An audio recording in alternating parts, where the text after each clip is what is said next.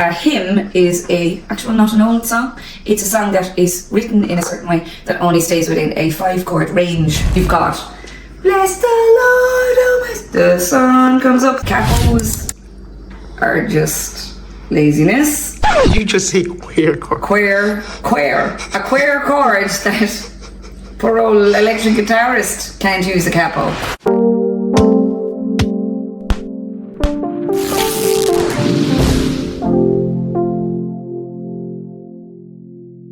What's your thoughts on the capos?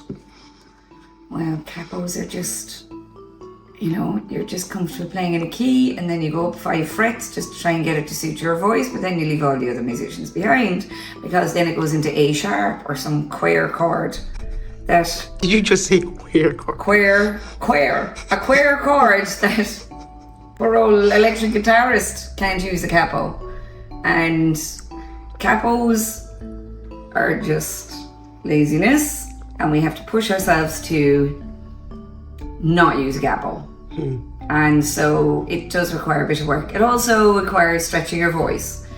We cannot afford to sing for ourselves. We need to consider the congregation. You consider the ratio of men to women, and also apparently my brother has told me that a hymn is a song that is written in a certain way that only stays within a 5-chord range, which means that it's easy for the congregation to sing. So I'll give you an example of a new hymn. Try to think of one now.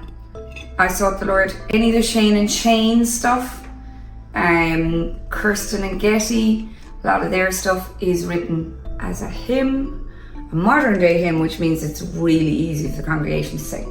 When you get a song like 10,000 Reasons, it has a very large chord range, and so you've got bless the Lord, oh my, the sun comes up. So now we're in 2 different keys at ranges. So what you have to do in that case is discern how much of the song is high, how much is low, and what can you cope with, because you have to compromise. If you go too low, if you go low enough for the chorus, then the verse is going to be too low. So it's quite complex, a lot more than what people realize. Takes a bit of time. You need to just figure the key, set the key for the church, and then move along, but it is going to take work. And that's when you're working on your own. It's really easy playing on your own because you just transpose and do what you want to suit your own voice. When you start working with other musicians, you have to accommodate the other musicians in your key choice, and then the soloist is the most important. But then if the soloist has a great range, the congregation doesn't, then you're going to leave them behind.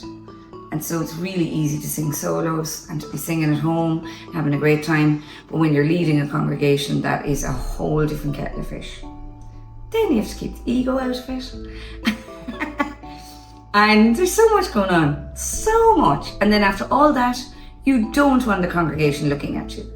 You want to be proficient enough for them to forget that you're playing, because they're supposed to be worshipping. You're leading them. Okay. If you're bad, that'll distract them. And if you're too professional, they can't keep up with you. Bridges, I usually drop a lot of bridges. They're great for musicians, but not so good for congregation. What about, I'm just reflecting now on my service yesterday. Me and my Keys 1 guy, we were having a lot of fun.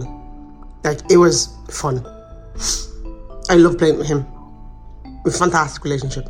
However, at certain stages, I was glancing at the congregation, and I would say that there was, I don't want to use the word distraction, but they were looking at us, having fun, and joking about and messing and going, yo, try this chord part, and we're having fun. It's like, try this chord progression, and you do this, and I do that, and I wonder. That's for the practice. I wonder if we're having a bit too much fun. Oh, I think it's great to have fun in worship. If you're not having fun, then the congregation isn't going to.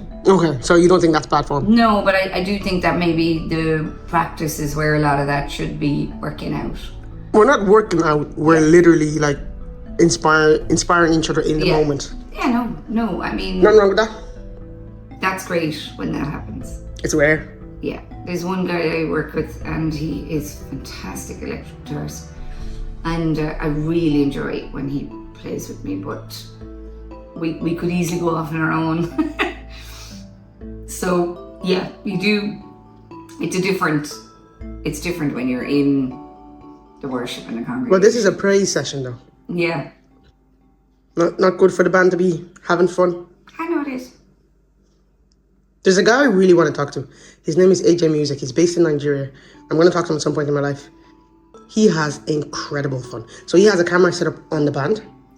You should see them. They're having so much fun. Mm-hmm. It's exciting, you know? Yeah. I think it's an incredibly complex because there's so much going on. It's not straightforward.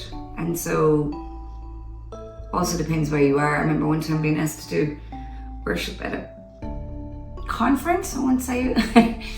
And I said, please let the piano be okay. When I arrived there, it was a keyboard that had been taken out of a pub that smelt of cigarettes and drink with no pedal. That would randomly go into different sounds. I was in the car going to my husband, I can't.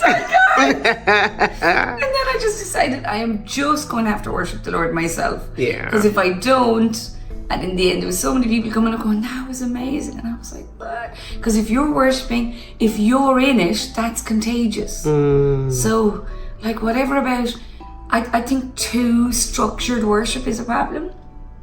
There's no leeway for the Holy Spirit. You know, yeah, and for you to go off on one or to try something new, you do need a level of proficiency for that, of course. I think sometimes insecurity makes it more structured because then, right, this is what we're going to do and then we're going to play this. And you're like, that doesn't work. So having fun, improvising, it does require a level of proficiency and security. You can't, of course. That's where then an awful lot of churches, including ourselves, we don't have the time for practices. So it's hard. But in time you get there when you play with someone enough. Like I used to play with this guy and he knew by just a twitch in my eyebrow what I was going to do next. When I was leading it, he would just, we just barely had to look at each other. Like he just knew me. I knew what he was going to do. He knew what I was going to do. And that's when you really, really get to the place where you can completely forget about form and just go off. Yeah, me and this kid that I was referring to, we have known each other since, well, I've known him since he was like 10, 11. And that's how long we've been playing together. And I was probably like 12, 13, 14 maybe. So I was probably like 14, he was probably like 10, 11. And that's the amount of years when we were pretty shy. And now we're fairly okay.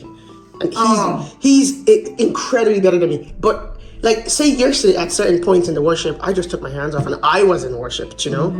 And he could just lead because he's much better than me, like on a proficiency level, you know? He just knows his stuff. I've no insecurities about that. I'm not trying to improve anymore. There's a point in gospel that I've gotten to and I don't want to be better. Yeah. Because to be better, I need to actually practice and I have no interest. I have no interest. So I'm happy with what I know. I feel like I can sufficiently hold my own in a service right now. It wouldn't be excellent, but it would do the job. Yeah. And I'm happy with that. And he's obviously much better. But then when we're together, it allows me to enter this creative space because I'm not actually trying to carry the song. So he's actually doing all the work. And all I'm doing is pure, I solo, I improvise, I change the sound every 10 seconds. It's, for me, it's extremely fun. When he leaves, I'm like, okay, I have to go back to the basics. No, I think you need that too. You need to be able to relax with somebody enough for you to be able to, but we didn't get to this point overnight. That's years of playing together. You know? That's the point. Yeah. So 100%. Years. I mean, you can't beat that. No.